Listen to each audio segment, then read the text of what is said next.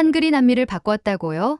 처음엔 저도 믿지 않았습니다. 하지만 산맥 너머 고산 마을의 어린아이들이 한글로 자신의 이름을 처음 써내려갔을 때 그 눈빛을 본 순간 전 그저 할 말을 잃고 말았죠. 스페인어도 포르투갈어도 아닌 이질적인 문자 하나가 어떻게 그토록 많은 마음을 열 수 있었을까요? 오늘 그 불가능에 가까웠던 기적의 시작을 여러분께 들려드리려 합니다. 안녕하세요. 저는 루시아 몬테로라고 합니다. 벨라나 공화국의 고산지대, 해발 3,000m를 넘는 안데스 자락에 위치한 작은 마을에서 태어나 자랐습니다. 이 마을에서는 케추아어가 우리의 모국어였고 모든 일상은 그 언어로 흘러갔습니다. 어머니의 자장가, 할머니의 예시이야기, 친구들과의 장난, 계곡의 이름, 나무의 이름, 심지어 감정마저도 우리는 케추아어로 표현했습니다. 말은 단순한 소통의 도구가 아니라 우리가 세상을 인식하는 방식 그 자체였습니다. 하지만 그 말이 도시에서는 통하지 않는다는 사실을 처음 깨달았을 때 저는 단지 9살의 소녀에 불과했습니다. 저는 중학교에 진학하기 위해 수도 코르디아로 전학을 가야 했습니다. 처음에는 설렘이 더 컸습니다. 도시에는 컴퓨터가 있고 도서관이 있고 TV에서 보던 높은 빌딩과 버스와 사람들로 가득한 시장이 있다고 들었기 때문입니다. 하지만 도착한 첫날부터 저는 무언가 잘못되었다는 걸 직감했습니다. 교실에 앉자마자 선생님이 제게 물었습니다. 이름이 뭐니? 저는 익숙한 억양으로 누카 루시아카 미카라고 대답했죠. 교실 안은 순식간에 웃음으로 가득 찼습니다. 선생님은 당황한 표정으로 말했습니다. 여긴 스페인어로 말해야 해. 내 이름은 루시아 몬테로야. 그렇게 이상하게 말하면 안 돼. 순간 제 이름마저 부정당한 것 같았습니다. 그날 이후 저는 입을 닫기 시작했습니다. 도시에서의 생활은 마치 거대한 벽을 마주한 것 같았습니다. 매일 아침 학교에 가면 아이들은 제 억양을 흉내내며 웃었고 제가 말실수를 할 때마다 큰 소리로 조롱했습니다. 심지어 교사들조차 저를 열등한 학생으로 취급했습니다. 언어 하나 바뀌었을 뿐인데 저는 순식간에 무지하고 이상한 아이가 되었던 겁니다. 저는 나름 성실했고 공부를 좋아했습니다. 그런데도 수학 문제를 풀다 말고 설명을 하려고 입을 열면 그 억양 하나 때문에 점점 조용해졌습니다. 누군가 제 이름을 정확히 불러주는 일이 점점 줄어들었습니다. 대신 친구들은 절 루치라 부르기 시작했는데 그것은 제가 결코 원하지 않는 별명이었습니다. 시간이 흐르면서 저는 스스로의 정체성에 혼란을 느끼기 시작했습니다. 도대체 나는 누구인가? 케추아어로 자란 나는 도시에서 외계인 취급을 받고 도시의 언어를 익히기 위해 내 과거를 부정해야 한다면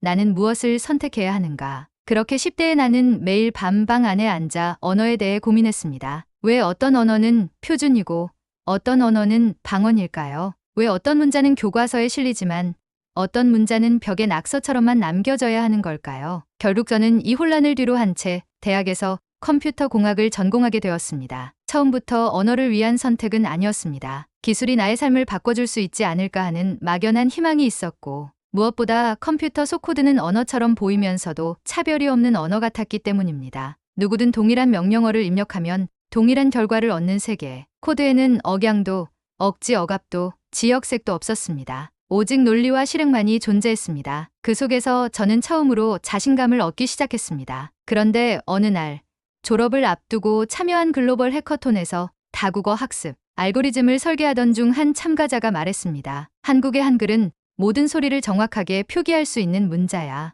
언어 장벽이 낮은 나라지. 처음 듣는 말이었습니다. 저는 곧장 검색해보았고 말 그대로 충격을 받았습니다. 한글은 글자 자체가 음소 단위로 조립되는 방식으로 어떤 언어든 소리를 기준으로 하면 표현할 수 있었습니다. 심지어 기본자 몇 개만 익히면 초등학생도 단어를 만들어낼 수 있다는 구조적 단순함과 과학성. 이 문자는 완전히 다른 차원의 가능성을 품고 있었습니다. 이 사실을 접한 그날 밤 저는 차마 잠들지 못했습니다. 머릿속에서 자꾸만 떠오르는 질문이 있었기 때문입니다. 만약 이 문자를 기반으로 새로운 형태의 통합 문자 시스템을 설계한다면 세상의 많은 언어를 평등하게 담아낼 수 있지 않을까? 누군가에게는 낯설고 이상할 수 있는 문자지만 누구에게도 소외감을 주지 않는 새로운 플랫폼이 될 수 있지 않을까? 어릴 적 느꼈던 상처가 그날 처음으로 꿈으로 바뀌었습니다. 저는 다시 펜을 들고 스케치를 시작했습니다. 그리고 그렇게 제 인생을 바꿔놓을 프로젝트의 씨앗이 싹트기 시작했습니다. 그렇게 저는 본격적으로 한글을 연구하기 시작했습니다. 논문,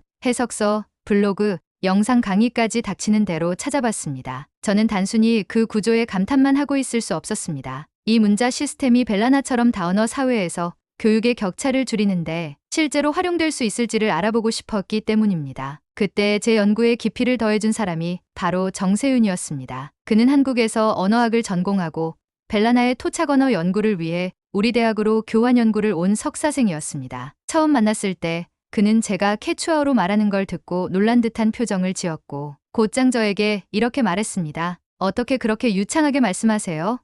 이 발음은 모국어로 잘한 사람만 낼 수 있는 소리인데요. 저는 웃으며 말했죠. 그게 제 언어니까요. 하지만 도시에서는 그걸 쓰면 안 되는 세상이죠. 그는 고개를 끄덕이며 진지하게 대답했습니다. 한글도 비슷한 이유로 만들어졌어요. 누구나 쓸 수 있도록, 힘없는 사람도 자신의 말과 생각을 글로 쓸 수 있도록. 그 말은 제 마음을 깊이 울렸습니다. 저는 세윤에게 프로젝트를 함께 해보지 않겠냐고 제안했습니다. 처음에는 다소 조심스러워했지만 한글이 단지 한국의 문자가 아닌 언어 정의의 실천이 될 수 있다는 제 생각에 점점 동의하게 되었죠. 그렇게 코디코라는 이름의 비밀 프로젝트가 시작되었습니다. 이름의 뜻은 코드와 커뮤니케이션, 그리고 다언어 연합을 상징하는 조어였습니다. 이 프로젝트는 단순한 언어 학습 툴이 아니라 음성 기반의 입력 데이터를 받아 자동으로 한글 음소로 변환하고 이를 다시 개별 언어 문자로 변환해 보여주는 컴퓨터 도구를 구축하는 것이 핵심이었습니다. 이를 위해 시각적으로 매력적이면서도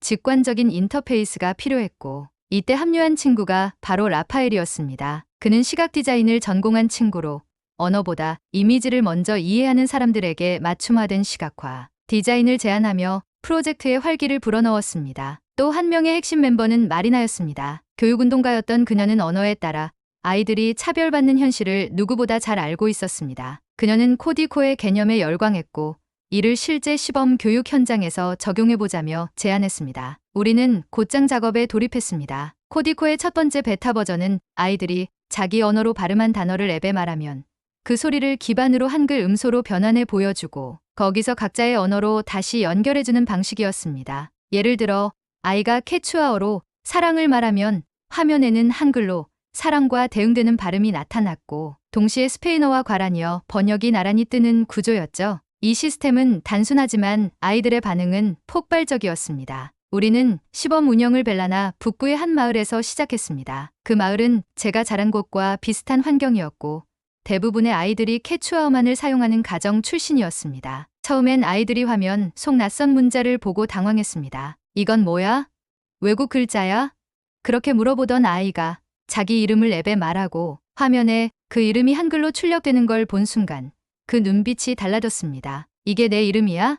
작은 손가락으로 화면을 짚으며 조심스럽게 읽어내려가던 그 순간 저는 이 프로젝트가 단순한 교육기술이 아니라 존엄의 회복이라는 걸 실감했습니다. 며칠 뒤 마리나는 눈물을 글썽이며 말했습니다. 아이들이 처음으로 자기 이름을 정확히 쓰고 읽었어요. 스페인어가 아니라 자기 언어로. 그날 밤 저희 팀은 조용히 둘러앉아 있었고 아무도 말이 없었습니다. 말없이 서로를 바라보며 우리는 같은 생각을 하고 있었습니다. 이 작은 변화가 얼마나 큰 의미를 지니는지 누구보다 우리가 잘 알고 있었기 때문입니다. 그 변화는 조용히 시작되었지만 생각보다 빠르게 퍼져나갔습니다. 첫 번째 시범 교육 이후 코디코는 인근 마을과 학교에 도입되기 시작했고 한글로 자신의 이름을 써보는 것이 마치 통과 의례처럼 아이들 사이에 유행이 되었습니다. 내 이름은 이렇게 써. 너는 어떤 언어 써?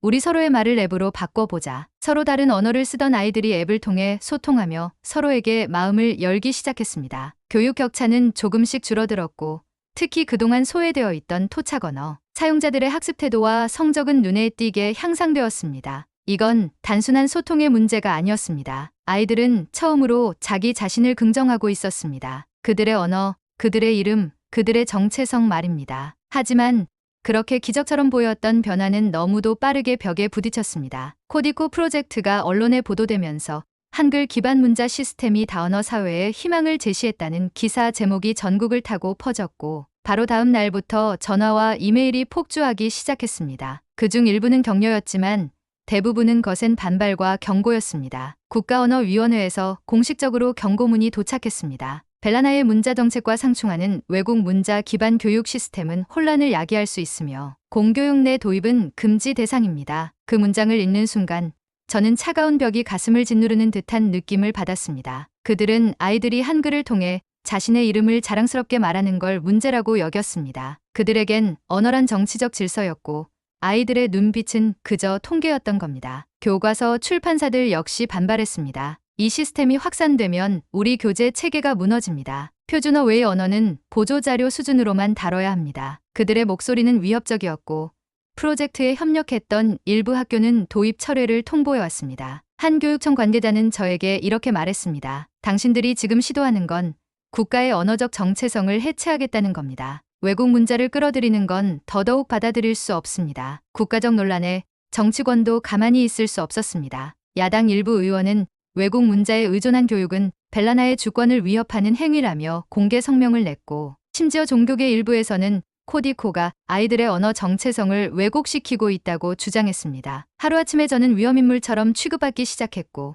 세윤은 언론 인터뷰에서 조심스럽게 해명했지만 그의 한국 국적은 오히려 프로젝트에 대한 반감을 키우는 원인이 되어버렸습니다. 그 즈음부터 저는 매일 두통과 불면증에 시달리기 시작했습니다. 내 머릿속은 우리가 틀린 걸까? 라는 질문으로 가득 찼습니다. 라파엘은 말이 없어졌고 마리나는 소송까지 각오해야 한다며 신중하게 움직여야 한다고 했습니다. 세윤은 자책하듯 말했습니다. 내가 한국인이어서 더 문제가 된 것 같아. 미안해. 저는 고개를 저었지만 그의 말이 아프게 와닿았습니다. 우리는 단지 아이들에게 이름을 돌려주려 했을 뿐인데 이게 그렇게 거대한 죄가 되는 걸까? 가장 견디기 힘들었던 순간은 한 마을 학교에서 프로젝트 철회를 요구하며 항의하는 학부모 모임에 참석했을 때였습니다. 한 어머니는 제게 소리쳤습니다. 왜 우리 아이들이 외국 글자를 써야 합니까?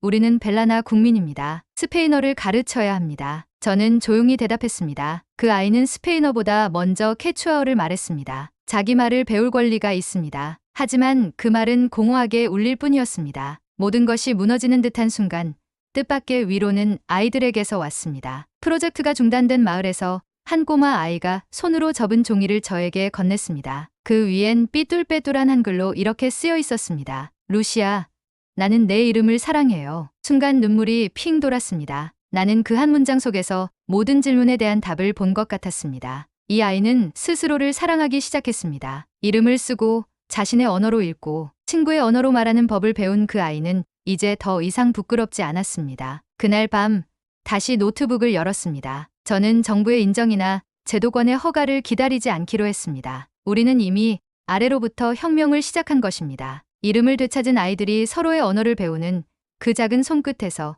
진짜 미래가 시작되고 있었습니다. 사람들은 종종 묻습니다. 그렇게 많은 벽에 부딪혔는데 왜 포기하지 않았냐고요? 저는 그 질문에 대답할 수 있습니다. 제가 포기하지 않았던 이유는 아주 단순했습니다. 아이들이었습니다. 그 작은 손으로 자기 이름을 한글로 써보이며 웃던 아이들의 눈빛, 처음으로 자신의 언어를 떳떳하게 말한 순간의 떨림, 친구의 이름을 다른 언어로 조심스럽게 불러보던 목소리. 저는 그 아이들 속에서 미래를 봤습니다. 언어의 차이를 두려워하지 않는 세대, 다름을 이해하려는 세대, 그리고 더 나은 세상을 꿈꾸는 세대였습니다. 그래서 저는 우리가 할 수 있는 방식으로 계속 나아가기로 했던 것입니다. 우리는 코디코 플랫폼을 완전히 공개하고 누구나 자유롭게 사용하고 수정할 수 있도록 오픈소스로 전환했습니다. 코드와 데이터, 가이드라인과 디자인 파일까지 모두 투명하게 공유했습니다. 이름 하나 쓰기 어려운 아이들에게 더는 허락을 받지 않아도 되는 자유를 주고 싶었습니다. 언어가 누구의 허락을 받아야 하는 자산이 아니라 태어날 때부터 누구나 가질 수 있는 권리라는 걸 보여주고 싶었습니다. 라파엘은 사용자 친화적인 새로운 인터페이스를 디자인했고 마리나는 NGO들과 협력해 각 지역 커뮤니티에 플랫폼 보급을 추진했습니다. 세윤은 한국으로 돌아가기 전까지 저와 함께 전국을 돌며 워크숍과 강연을 열었습니다. 우리는 그 어디에서도 코디코가 한국 문자를 강요하는 것이 아니라 언어를 이어주는 다리라는 사실을 반복해서 설명했습니다. 점점 더 많은 사람들이 이해해주기 시작했습니다. 특히 젊은 교사들과 학부모들이 먼저 변화했습니다. 아이들이 서로 다르다는 걸 받아들이게 되었어요. 이젠 이름을 부를 때 마음이 먼저 갑니다. 그런 피드백을 받을 때마다 우리는 기적처럼 서로를 바라보았습니다. 그러던 어느 날, 한 도시 초등학교에서 뜻밖의 장면을 목격하게 되었습니다. 수업이 끝난 후 한 아이가 복도에서 다른 아이에게 손을 흔들며 말했습니다. 차리나, 바이바이. 저는 깜짝 놀라 물었습니다. 지금 뭐라고 했어?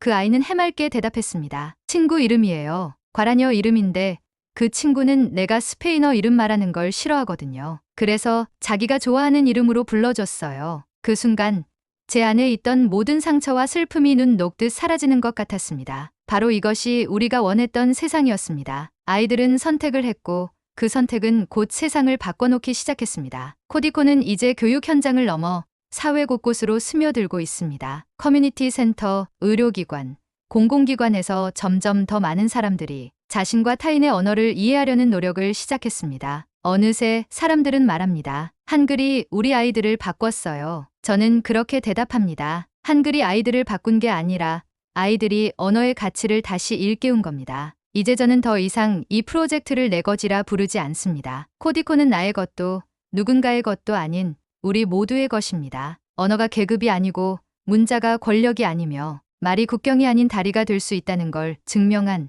그 증거 자체입니다. 루시아 몬테로, 저는 여전히 고산마을 출신의 프로그래머입니다. 하지만 지금은 세상 어디서든 자신의 이름을 자랑스럽게 말할 수 있는 아이들이 있다는 사실만으로 충분히 행복합니다. 이름을 부를 수 있다는 것. 그것이야말로 사람으로서 누릴 수 있는 가장 깊은 자유라고 저는 믿습니다. 그 자유는 숫자로는 계산되지 않았습니다. 몇 명이 앱을 다운로드했는지, 얼마나 많은 학교에 도입됐는지, 공식 통계로는 결코 담을 수 없는 이야기들이었습니다. 하지만 그 자유는 거리에서, 교실에서, 마을 모임에서 조용히 살아 움직이고 있었습니다. 어느 날 벨라나 남동부의 작은 어촌 마을에서 연락이 왔습니다. 그곳의 초등학교 교장이 코디코를 자체적으로 적용해봤다는 이야기였습니다. 아이들의 참여도는 전례 없이 높았고 교사들은 처음으로 수업이 모두를 위한 수업이라는 감각을 느꼈다고 말했습니다. 저희는 아무것도 요청하지 않았지만 그들은 스스로 실험하고 공유하고 확산시켰습니다. 이런 순간들을 마주할 때마다 저는 깨닫습니다. 혁명은 언제나 거창한 연설이나 플래카드에서 시작되는 게 아니라고요. 진짜 혁명은 눈을 마주치고 서로의 이름을 정확하게 불러주는 작은 실천에서 비롯된다는 것을. 말의 뿌리를 인정받은 사람은 곧 자신을 존중하게 되고 그렇게 존중받은 사람은 타인을 이해하려는 마음을 갖게 됩니다. 언어는 결국 마음의 구조이고 우리가 바꿔온 것은 단순한 교육 방식이 아니라 세상을 바라보는 시선 자체였습니다. 세유는 한국으로 돌아간 후에도 여전히 저와 공동 연구를 이어가고 있습니다. 한국에서도 코디코에 대해 관심을 가지는 사람들이 하나둘 생겨났고 국제학술지에 우리의 사례가 실리기도 했습니다. 라파엘은 지금 코디코의 비주얼 버전을 확장해 시각장애인과 청각장애인을 위한 접근성 디자인을 개발 중이고 마리나는 전국 NGO들과 연계하여 코디코가 커리큘럼으로 정식 채택될 수 있도록 노력하고 있습니다. 그리고 저는 여전히 매일 아침이면 커피 한 잔을 들고 오픈소스 포럼에 올라오는 작은 피드백 하나하나를 읽어봅니다. 어떤 날은 정말 사소한 오탈자를 발견한 사용자로부터 온 메시지일 때도 있고 어떤 날은 아예 알지 못했던 언어 사용자들이 직접 언어팩을 추가해서 공유해주는 놀라운 경우도 있습니다. 며칠 전엔 한 아버지에게서 편지가 도착했습니다. 그의 딸은 청각장애인인데 코디코 앱을 통해 처음으로 친구들과 자기 언어로 소통했다고 합니다. 우리 아이가 친구의 이름을 부를 수 있었어요. 그것도 자기 언어로요. 그는 그 문장을 쓴 후 감사합니다라는 말 뒤에 한글로 아이의 이름을 적어보냈습니다. 하나, 아주 단순한 글자였지만 저에겐 그것이 시처럼 다가왔습니다. 그렇게 아이들의 이름은 하나씩 세상에 자리 잡아가고 있습니다. 이따금 저는 내 고향 마을을 떠올립니다. 거센 바람이 불고 땅은 딱딱했지만 하늘은 유독 맑았던 곳. 그 마을에서 처음 배운 캐추아어 단어 뮤네이, 사랑, 애정, 조화. 그 단어가 이제는 제 삶의 모든 방향이 되어버렸다는 사실이 놀랍기도 합니다. 저는 여전히 프로그래머입니다. 여전히 부족하고 여전히 밤을 새우며 코드를 수정하고 종종 시스템이 말썽 부릴 때는 혼자 노트북 앞에서 고개를 감싸주기도 합니다. 하지만 이제는 압니다. 제 일이 단순히 기능을 구현하는 것이 아니라 사람과 사람 사이에 다리를 놓는 일이라는 것을요. 미래가 어떻게 흘러갈지 저는 장담할 수 없습니다. 언어의 정치성은 여전히 강하고 무지와 오해는 언제든 다시 고개를 들 수 있습니다. 그러나 저는 두렵지 않습니다. 왜냐하면 이미 수많은 이름들이, 수많은 목소리들이 서로의 언어로 연결되고 있기 때문입니다. 그 연결은 사라지지 않을 것입니다. 언젠가 아이들이 이 프로젝트의 창시자 이름을 잊는다 해도 괜찮습니다. 중요한 건 그들이 서로를 제 이름으로 부르고 있다는 사실이니까요. 언어는 사라지는 것이 아닙니다. 잊히는 것입니다. 그리고 우리는 그 잊힌 것들을 다시 기억해내는 과정을 시작했습니다. 그것은 제게 기술 이상의 가치였고 어떤 이념보다도 분명한 믿음이었습니다. 그래서 저는 오늘도 코디코의 로그인 화면을 열며 기도합니다. 오늘 또 한 명의 아이가 자기 이름을 웃으며 입력하길. 그 순간 이 프로젝트는 다시 시작됩니다.